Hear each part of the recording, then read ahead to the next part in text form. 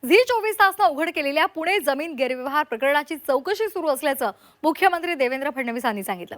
या चौकशीचा अहवाल कोर्टामध्ये सादर होतो आणि त्यामुळे नैसर्गिक न्यायाचा विचार करता बाजू मांडायची संधी आरोपींना सुद्धा द्यावी लागते, अन्यथा कोर्टाकडून अहवाल नाकारला जाऊ शकतो, असंही मुख्यमंत्र्यांनी स्पष्ट केलंय।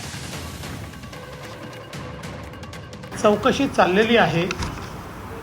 काही लोकांना असं वाटतं की आज सांगितलं की उद्या उत्तर यावं, असं नसतं। चौकशी नीट करावी लागते, कारण शेवटी प्रत्येक चौकशीचा रिपोर्ट हा हायकोर्टात चॅलेंज होतो आणि चौकशी शॉर्टकटमध्ये केली, कोणाला संधी न देता केली तर प्रिन्सिपल ऑफ नॅचरल जस्टिसवर अशा पद्धतीनं हायकोर्ट ती चौकशी समितीचा रिपोर्ट खारिज करते आणि म्हणून योग्य ती संधी देऊन पूर्णपणे निष्पक्ष याची चौकशी होणार आहे।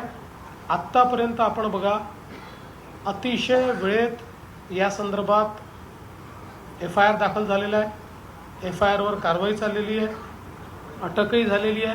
त्यामुळे इथे काही लपवालपवी करण्याचं कारण नाही।